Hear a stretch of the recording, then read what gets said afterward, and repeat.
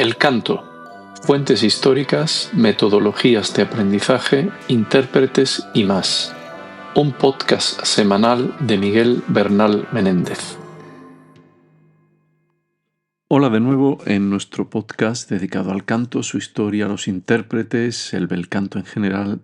Y hoy en este capítulo, en este episodio número 19, quería dedicarlo a la figura de un maestro de canto, maestro, director, compositor. Bueno, tuvo diferentes ocupaciones entre finales del siglo XIX y la primera mitad del siglo XX, puesto que nació nuestra figura de hoy en el año 1864 en Zaragoza y murió en el año 1938 en Madrid.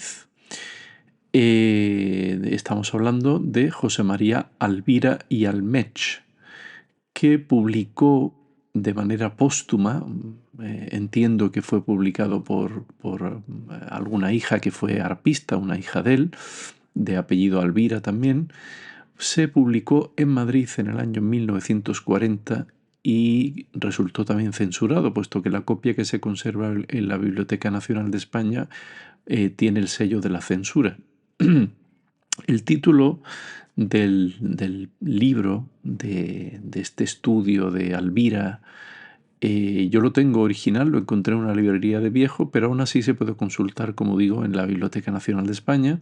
El libro tiene un título que ya de por sí llama la atención, y de hecho a mí me llamó mucho la atención cuando lo encontré en una librería de las que me gusta bucear cuando voy por Madrid, que todavía se pueden encontrar muchas librerías de antiguo, de segunda mano, que siempre pueden esconder auténticos tesoros si uno sabe mirar donde hay que mirar.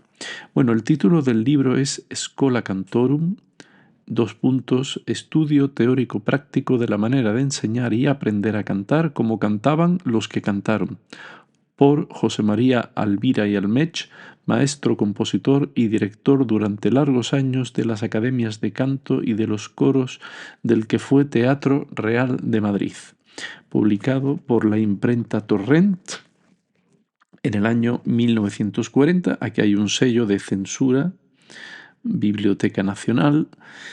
Y esta imprenta, porque lo pone aquí en Madrid, en la calle Santa Teresa número 14, justamente en la misma calle, muy cercana a la Sociedad General de Autores, al edificio monumental de la Sociedad General de Autores de Madrid. Pues ahí vivía José María Alvira. Una vez que terminó su trabajo, se jubiló de su trabajo como maestro concertador en el Teatro Real y se dedicó a dar clases de música y de canto de manera privada.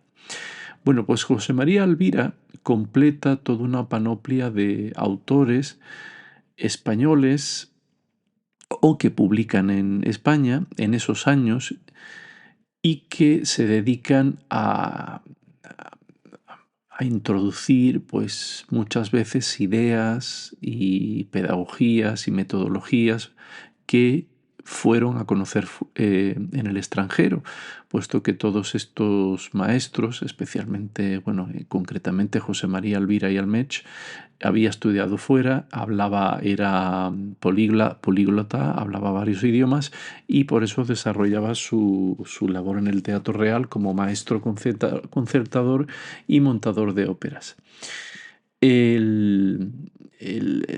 Para centrar un poco en dónde se sitúa este libro de José María Alvira, hay que mirar aquellos libros que fueron publicados unos años antes y unos años después y cuya materia era la misma, el canto. Por ejemplo, estamos hablando de Ramón Torras, 1905, el Marqués de Altavilla, 1905 también, Juan Bautista Montón Cortís, 1920, Enrique O'Neill, 1922, Rafael Benedito, 1931, Francisco Viñas, 1932 y Alvira, 1940. Después de Alvira tendríamos a Andrea Fornells, 1943, Abelardo Llombart, 1946, Celestino Sarobe, 1947, el cantante Hipólito Lázaro, 1947, Miguel Barrosa, 1951, Emilio Vendrell, 1955, José María Roma, 1958, Arturo Cuartero, 1959. Ya de aquí yo no he podido encontrar más bibliografía hasta las obras de el que fuera catedrático y amigo, compañero Ramón Regidor Arribas, año 1977, más tarde Consuelo Rubio, 1982, y a partir de ahí ya está Miriam León, Carmen Martínez Yuna, Joan Ferrer, ya traspasando los 2000, Fernando Bañó y mi compañera y amiga también, Elisa Belmonte, 2017. Todo esto considero que establece un marco teórico, un marco del paradigma de lo que fue la enseñanza o los escritos sobre el bello arte del canto. Volviendo a la Schola Cantorum, en cuanto a la biografía, he podido encontrar, y de hecho me compré el libro de un miembro de la familia, que se llama Juan José Videgain, que es un libro un poquito, no demasiado profundo, no tiene mucho aparato crítico, es más bien unas memorias de toda la familia, y en él aparece el maestro. En el capítulo segundo está dedicado a José María Alvira y se titula el capítulo segundo, bueno, el libro, el título es Nosotros los artistas, una familia, una historia, una realidad. Da la impresión que es un libro autoeditado, puesto que no tiene una editorial, simplemente edición PV, no pone más, año 2017, y está dedicado a la familia Sánchez Bueno, de artistas, y bueno, el capítulo segundo habla de la carrera como maestro en el Teatro Real de José María Alvira. Dice, esto no lo sabía yo, me pareció interesante, que era abogado de carrera desde el año 1885 por deseo de su padre, Bonifacio, pero a partir trabajó en la Bolsa de Madrid cuando se situaba en la calle Barquillo de esta misma ciudad, pero a partir de ahí ya estrenó obras sinfónicas, una sinfonía en sol, en Zaragoza, eh, y luego sigue componiendo zarzuelas, obras sinfónicas, obras para piano y una recuperación de la jota de su tierra, en la que fue elemento importante, puesto que adaptó para el piano estas jotas. Luego en el libro cita que fue durante más de 30 años maestro concertador en el Teatro Real y que preparaba las óperas de todos los cantantes que pasaban por allí.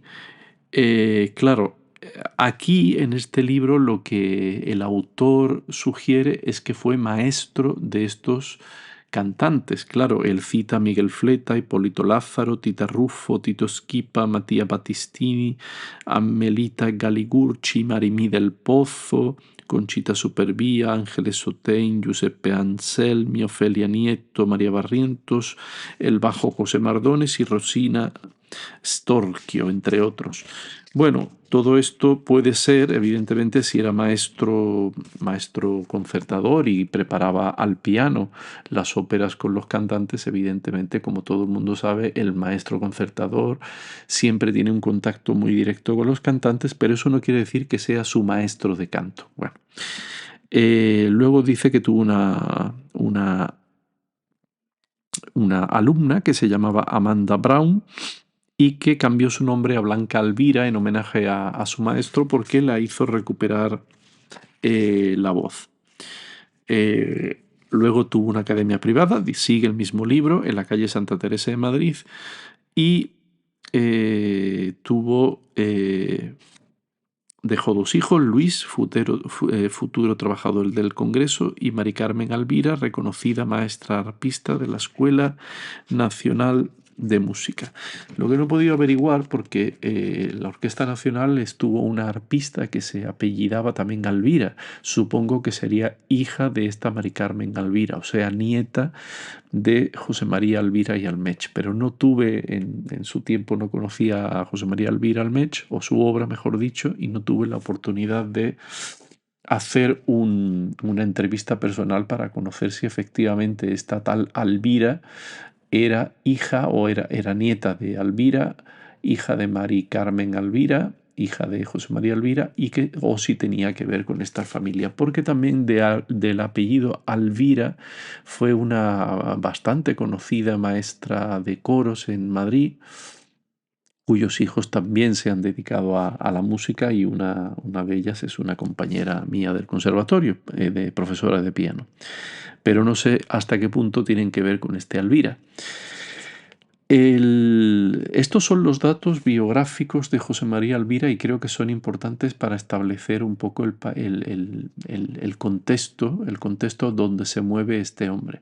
Ya digo que su tratado Schola Cantorum no es propiamente una escuela un tratado de canto, puesto que no tiene ejercicios ni tiene una metodología de estudio, pero creo que es interesante porque tiene algunos puntos que he señalado y que me gustaría comentar.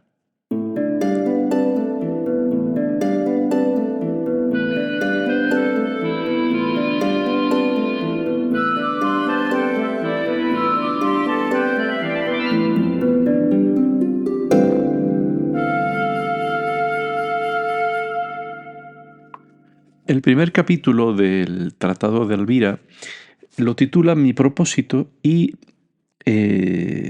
ahí dice Elvira: un tratado de la voz fácil para el alumno, sin que por esto la ciencia y la razón cedan su puesto al empirismo. Es decir, ya Elvira está contextualizando lo que él quiere hacer con este pequeño trabajo, que es utilizar la ciencia que él ha aprendido de los grandes fisiólogos y anatomistas de la voz para poder utilizar esos conocimientos de cómo funciona el aparato vocal para el trabajo vocal.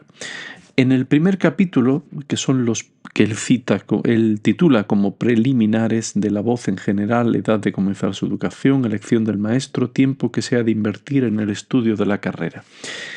Dice Alvira textualmente que la voz natural sola, sin el auxilio del arte que la perfecciona y completa, de nada sirve. En el canto es necesario recurrir a un artificio que saca partido de las dotes naturales y no puede, por lo tanto, llamarse creador. Claro, es decir, la voz natural, por muy buena que sea, necesita de arte y necesita de un artificio para explotar esas dotes naturales. Luego sigue en este capítulo con el tema de la zarzuela y de cómo está muy mal organizado el tema de los registros, donde no se aprecian realmente las diferencias que hay para poder contextualizar muy bien las voces. Porque dice, por ejemplo, Alvira dice que al grupo de las sopranos ligeras se reservan esas vocecitas sin timbre que a expensas de una dañosa escuela se permiten escalar las alturas de fuera del pentagrama, y que en la mayoría de los casos no merecería la pena de educarlas. O sea, está poniendo un poquito verde a todas estas tiples de zarzuela que, según él, no tienen la suficiente entidad. Luego dice Alvira, estoy haciendo saltos, solamente resalto lo que me ha llamado más la atención, que para clasificar una voz es preciso atender solamente a uno de sus más importantes caracteres, o sea, el timbre, que para el oído experto resultará perfectamente definido en la mayoría, si no en la totalidad de los casos. La voz adquiere con el estudio la extensión que a su timbre corresponde. Es decir, aquí está hablando de la importancia del trabajo y de poner la voz allá donde su timbre realmente está perfectamente encuadrada. Habla también que la educación de la voz de los niños no es mala y pone el ejemplo de que grandes cantantes empezaron muy temprano su educación. Solamente cuando aparece un periodo de ronquera que pasa en el cambio de la voz en la pubertad, dice que hay que tener un poco de cuidado para no forzar esas voces. Luego mete un palo bastante gordo y como ya han hecho otros muchos maestros, dice aquellos que no conocen la profesión y dan clases de canto. Dice, inválidos de la escena, en ella generalmente malferidos, artistas laureados por el areópago bonachón de una tertulia y lo que abunda más todavía, pianistas y modestos acompañadores, todos creen reunir condiciones sobradas para dedicarse a la enseñanza, sin considerar que la impericia de los maestros produce desastrosas consecuencias, desde la pérdida de la voz hasta comprometer gravemente la salud. He aquí el gran problema del canto. Evidentemente, a nadie que no sea experto en una materia se le ocurre dar clases en esa materia. Aquí Alvira se está metiendo con esa idea que ha pervivido y que todavía pervive de que cualquiera, lógicamente, como todo el mundo tiene voz, cualquiera que sea un músico que conozca los neumas de la música, puede enseñar canto sin ser cantante o sin ser un experto en en el canto, ¿no? Y es muy habitual que, como dice Alvira ya en el año 40, es muy habitual que profesores de acompañamiento, o sea, pianistas acompañantes, se dediquen a dar clases de canto. Esto ya viene de antiguo y Alvira lo único que hace es poner en contexto de nuevo este tema. Dice Alvira luego más tarde, un arte dificilísimo como es el canto debe fundarse en leyes racionales, en bases más sólidas que los arbitrarios cánones inventados por los maestros. El canto no ha sido ni debe ser el solfeo con palabras en que lo han convertido los mal titulados maestros. Todos reconocen lo deficiente de la enseñanza vocal y, caso singular, los primeros en lamentarlo son los que más indebidamente la ejercen. Pues aquí está metiéndose Alvira un poco con el gran problema, ¿no?, que existe en el canto, que todo el mundo cree que puede enseñar a cantar cuando ni siquiera son capaces de emitir un sonido medianamente afinado o medianamente colocado. Dice luego Alvira, a mi juicio, las causas de la decadencia artística son dos, la escasez de maestros, que esto es lo que ya hemos comentado, y la impaciencia de los discípulos. Dice, los alumnos de canto participan de la general velocimanía, hoy dominante y exacerbada en ellos por las agradables perspectivas del lucro y de las satisfacciones del amor propio, unidas al pernicioso ejemplo que dan la imbecilidad y la ignorancia triunfantes. Y desde los primeros días formulan esta pregunta que no se olvidan de repetir cotidianamente. Maestro, ¿cuándo cree usted que podré debutar? Pues bueno, esto parece ser que no ha cambiado mucho.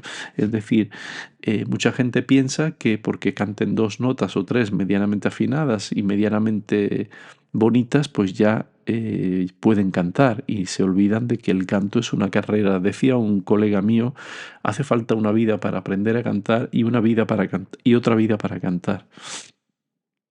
Dice, sigo con Alvira, la carrera es difícil y larga, y quien prometa al discípulo hacerle debutar en 6 meses, o habla de lo que no sabe, o hay que dudar de su honradez.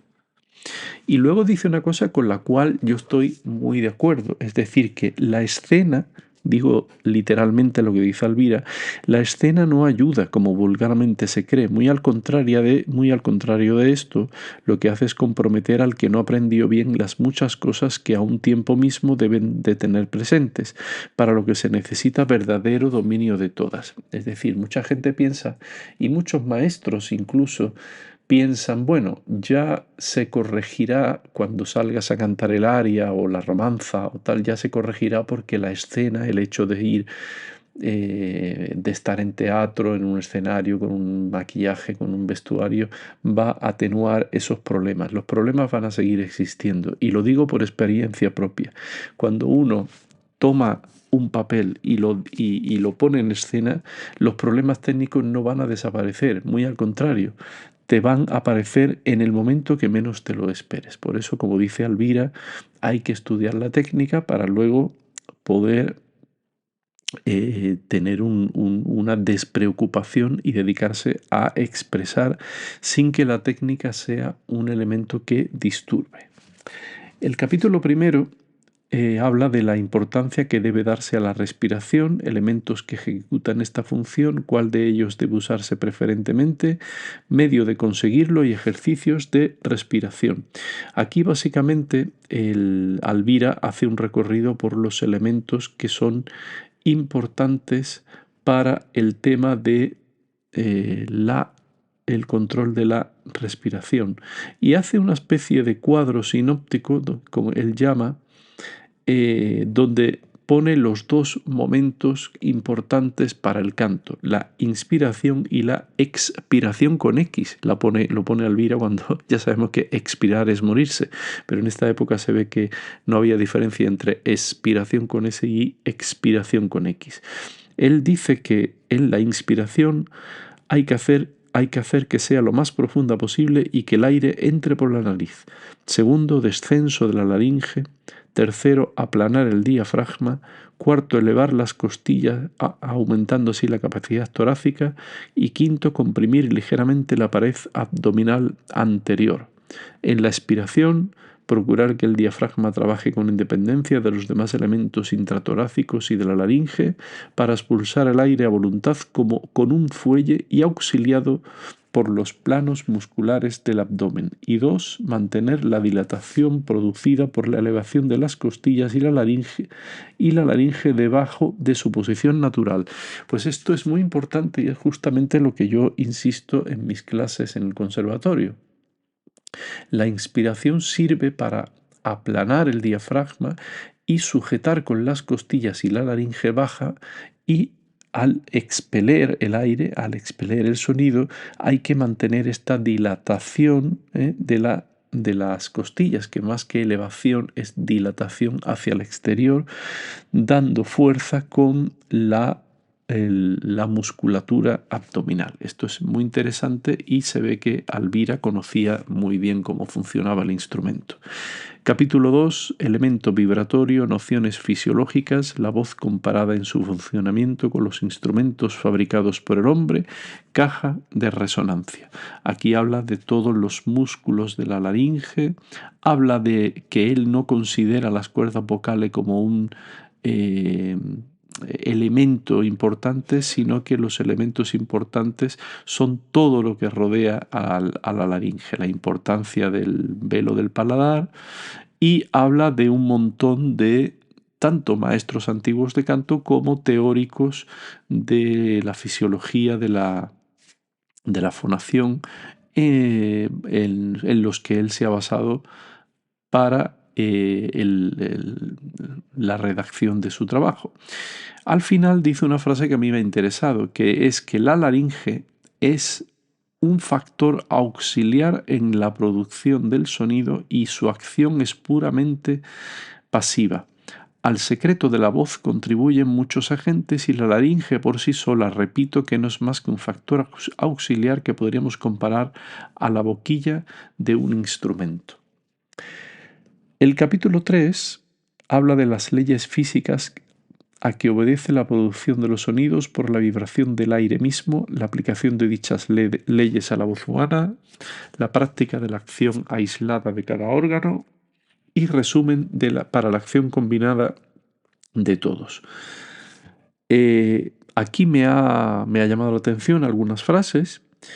Por ejemplo, dice Alvira, si la emisión de la voz es buena, mayor será la distancia que media entre el velo del paladar y la laringe del individuo. Es decir, la separación que hay entre la apertura, la elevación del paladar y la posición baja de la laringe es mayor mientras más agudo se va, y mientras la emisión sea más sana. Dice, el velo del paladar se eleva, la laringe desciende.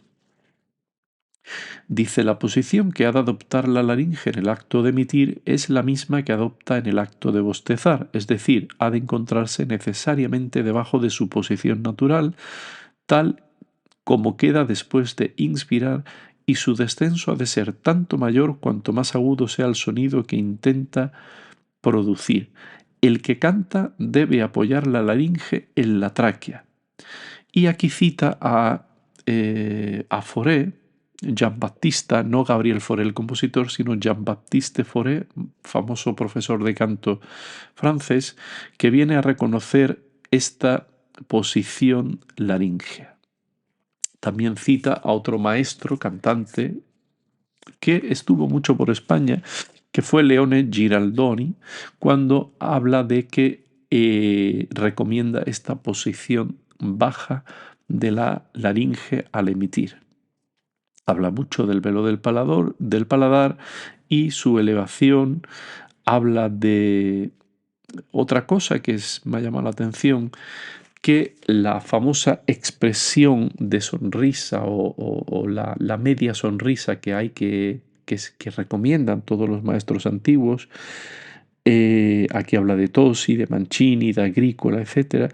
Él dice que literalmente nada de imprimir al semblante la expresión de sonrisa tan recomendada por métodos y maestros, que no conduce más que a quitar pureza y redondez a la voz.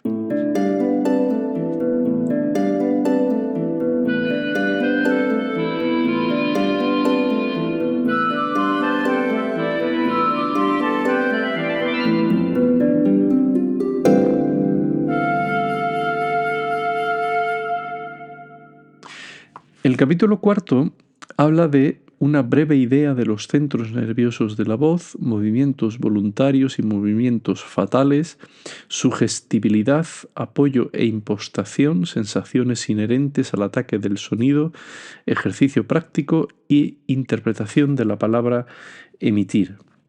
Aquí he señalado algunos puntos que me han parecido interesantes en la obra de Alvira.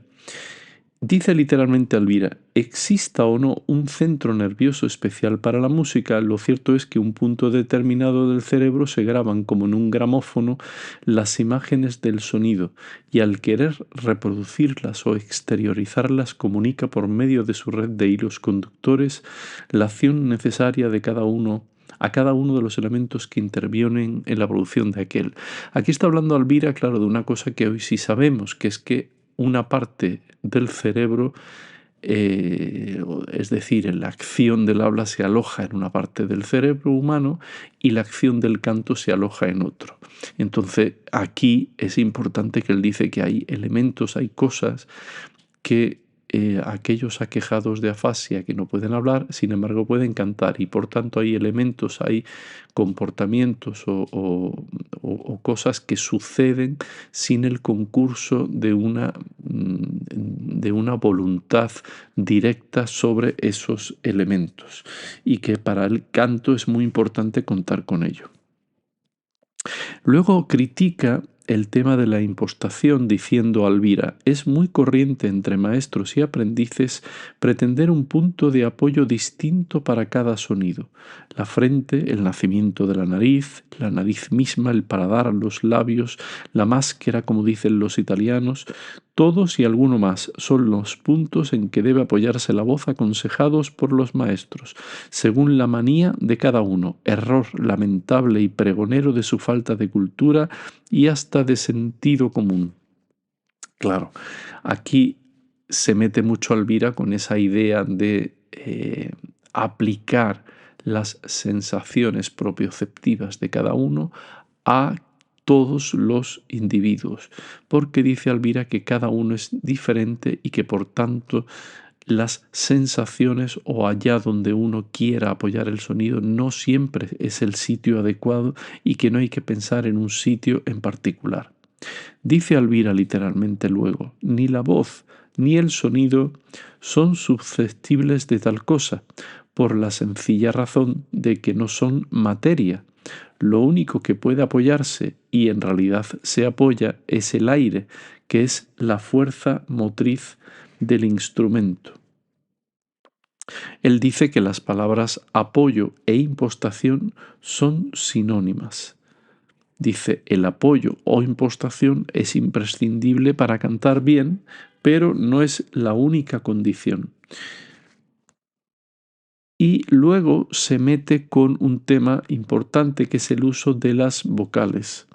Dice que el uso de las otras vocales, la que por regla de general ha de servirnos es la A pronunciada natural y cómodamente sin afectación de ningún género que la haga resultar demasiado abierta y clara ni demasiado oscura.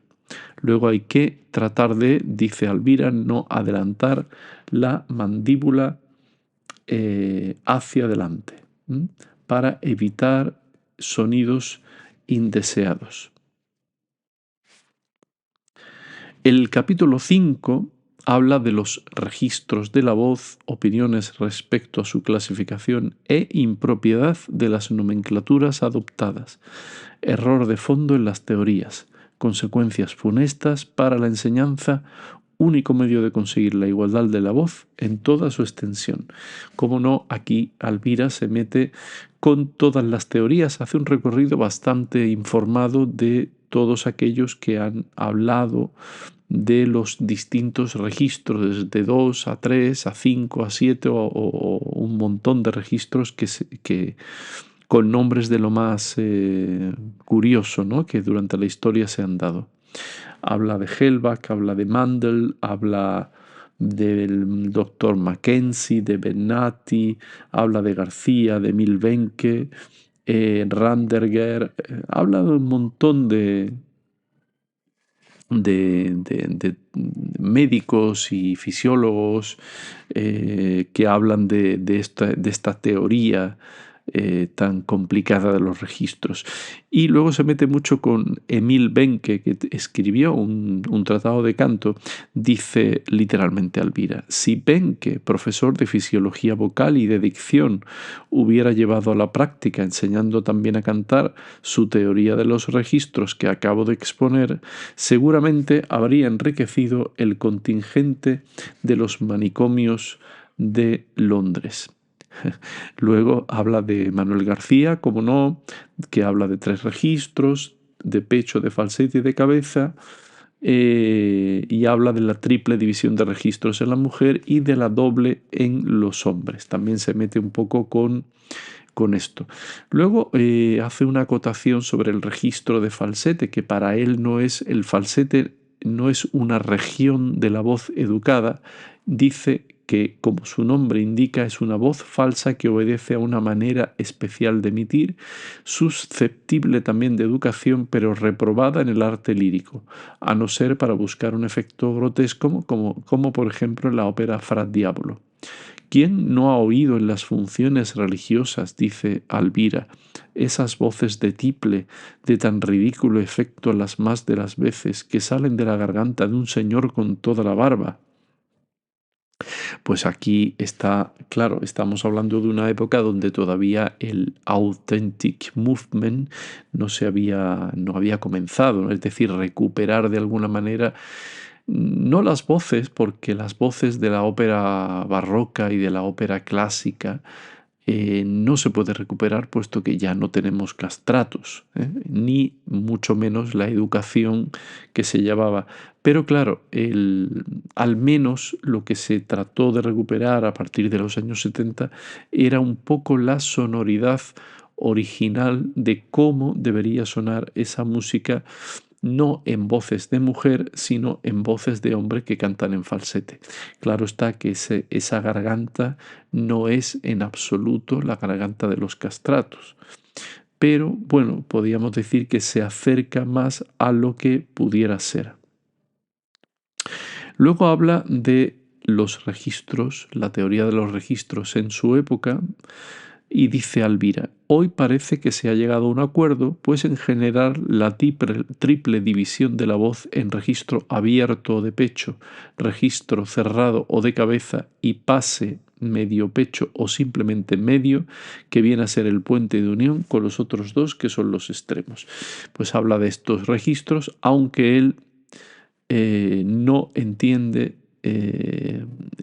esta nomenclatura y no está muy de acuerdo con todo esto de la teoría de los registros. De hecho, dice Alvira que la llamada teoría de los registros es todo arbitrario.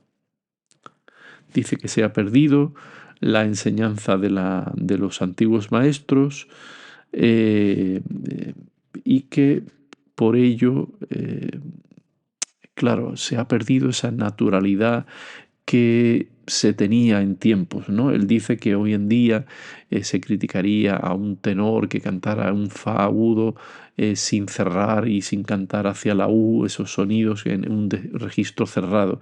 Y dice que cómo iba a ser eso, que en tiempos de Verdi alguien cantara en vez de Celeste Aida, Celeste Aidu, ¿no? Hace un poco el chiste. Dice, ¿puede haber cosa más ridícula y desprovista de razón y de sentido común? Bueno, pues las ideas que tiene Alvira sobre los registros. Mm. Eh, y luego da la solución, según él, da la solución a todo el tema este de los cambios de registro. Dice, la única manera de conseguirlo consiste en mantener la laringe debajo de su posición natural y como si fuera apoyándose sobre la tráquea con tanto mayor energía cuanto más agudo sea el sonido que se intente atacar. Dice, y cierra el capítulo diciendo, creo suficientemente demostrado el perjuicio que ha acarreado la teoría de los registros a la educación de la voz al cantar. Cierra Alvira este pequeño tratadito de canto, su Schola Cantorum, con el capítulo 6 dedicado a la parte práctica. En cuanto a la parte práctica, no es que él ponga vocalizos, sino que hace una descripción de cómo se debe vocalizar, empezando con las notas tenidas, siguiendo con cambio de notas a la segunda mayor, para luego pasar a las terceras, las cuartas, las quintas, hasta completar la escala y luego seguir con arpegios y terminando con la mesa di voce, lo que él llama los filados. Luego habla de un vocalizo de García, muy interesante, donde se combinan el arpegio de quinta, cuarta y sexta, quinta y séptima menor y sexta y octava para bajar. Este ejercicio es muy, muy conocido en la época y él lo recomienda. Y para finalizar, recomienda para aprender el estilo los ejercicios de Bacay, que dice que tienen bastante lógica, con texto, para aprender a cantar con texto, y también como vocalizos recomienda las vocalizaciones melódicas de la primera parte del arte del canto italiano de Guercia. Yo no lo conozco, lo voy a buscar y me parece interesante. También me parece interesante él recomienda hacer 2 octavas por grados conjuntos utilizando todas las vocales, empezando por A, E, I, O, U, A, E, I, O, U, A, E, I, O, U, hasta completar las 2 octavas para practicar el sitio. Y esto es Bueno, también recomienda evidentemente la agilidad, dice literalmente Alvira, la agilidad que conviene a todos también, y el trino y el picado de empleo relativo deben asimismo practicarse. Pues aquí está todo el trabajo el trabajo de Alvira sobre su escuela de canto, y que creo que tiene bastante valor, y ya que está disponible en la Biblioteca Nacional de España, pues viene a aumentar un poco la panoplia, todo el elenco de trabajos en los primeros años del siglo XX, toda la primera mitad hasta después de los años 50, también incluso de un montón de maestros que hablaron un poco de la realidad de los estudios de canto. Y nada más por hoy. Espero que os haya interesado este recorrido sobre la obra Schola Cantorum de José María Alvira y Almech, y nos vemos en próximos episodios. Un saludo.